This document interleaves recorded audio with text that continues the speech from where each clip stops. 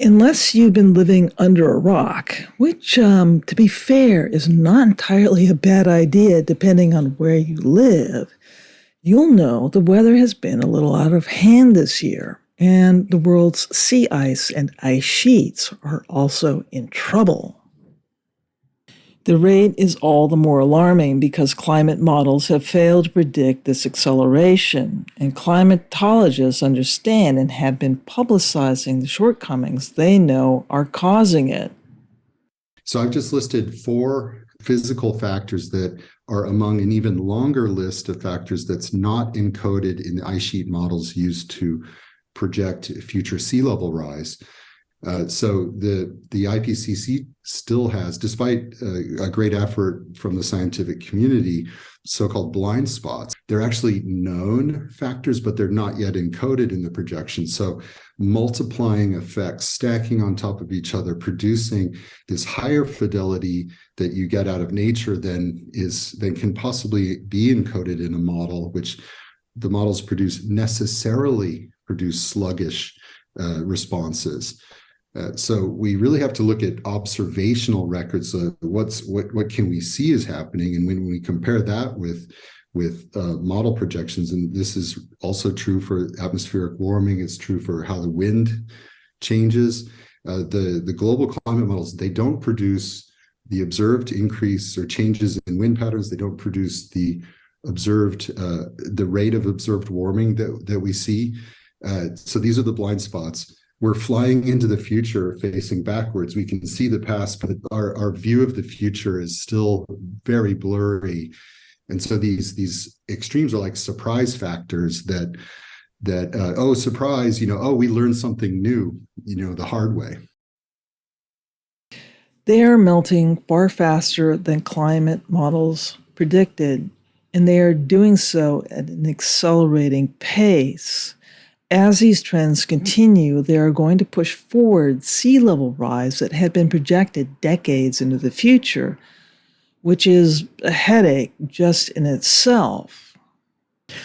While the set of dynamics around the northern and southern high latitudes differ, of the many factors driving ice sheet decline, the atmospheric rivers that have been deluging the world over also wash over Greenland and Antarctica in its stunning onslaught.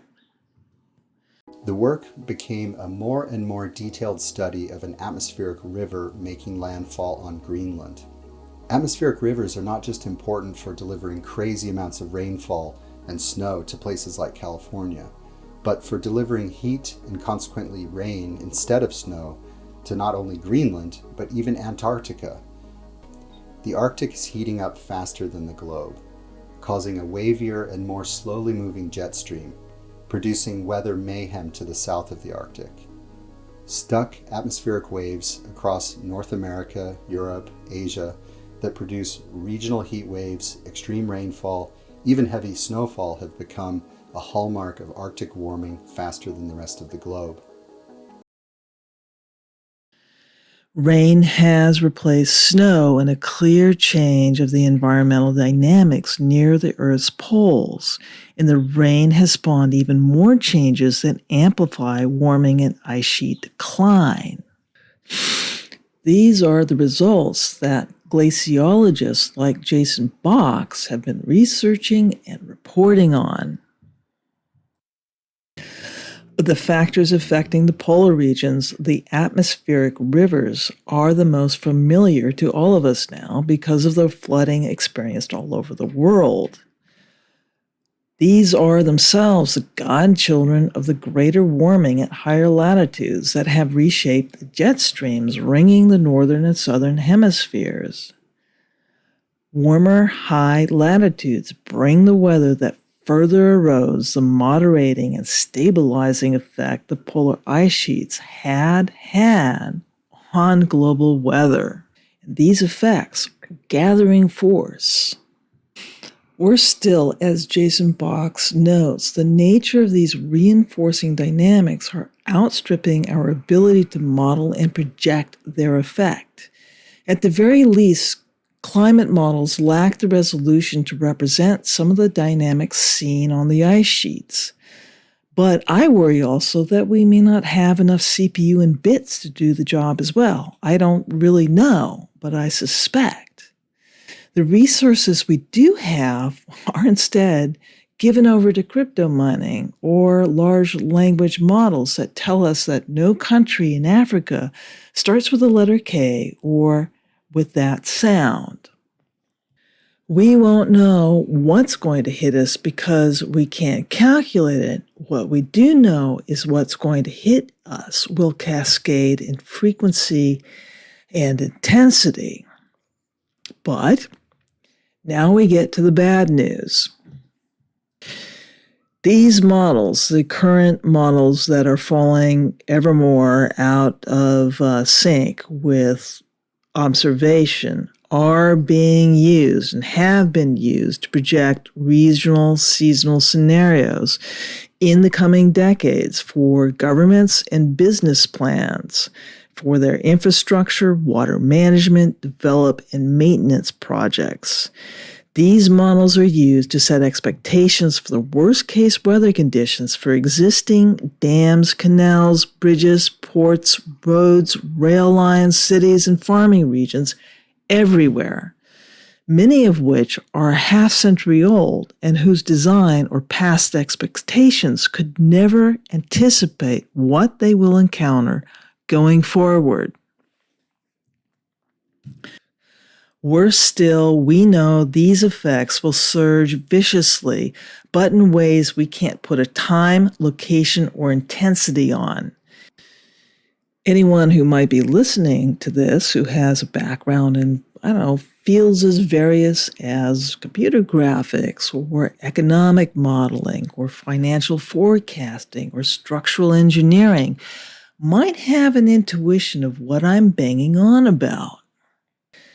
Every plan and investment is going to be just a dice roll, and it's going to be a dice roll far more than humanity has ever experienced in its past. The UN has been banging on about the disastrous consequences of climate change to basically equatorial regions. But I think that's going to have to change. In fact, I've held this opinion for some months or years now.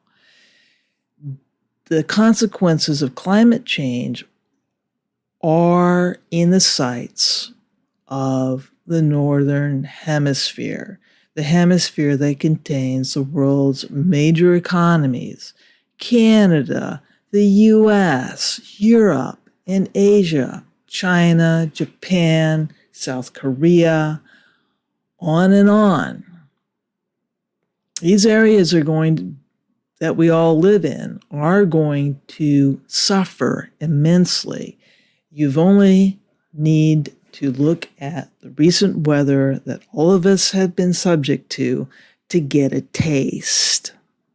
In the past, for example, dam design relied on historical weather data to gauge what level of flooding the structure should be built to withstand, what kind of contingency should be planned for during flooding, what kind of sediment load could be expected to project its useful life, and of course, what kind of river flow would fill the reservoir behind it. All of that historical reference is becoming quite irrelevant. There are thousands of existing dams, farms, towns, factories, power plants, bridges, ports, and canals dotted all over the world that were never designed to anticipate what climate change is going to toss their way. Not heat, drought, flood, or storm. Not even the newest structures escape this insufficiency. And we live with the outside chance that we won't know, except when we find out. I've been rather cheeky in the past in saying that climate change will be as consequential as the Black Plague was many centuries ago to the economies all over Europe. I think my intuition has been borne out. We're going to have to contemplate the idea that every region is going to need to think in terms of self-sufficiency in ways that have been predominantly rejected by the notions of a global economy. Circumstances have changed. The necessity to look to local resources is a very real and existential one, where it's being forced on us, not by plague carried by fleas, but by old Mama Nature herself. And there's no way to use pesticide on the weather. It's just not how it works.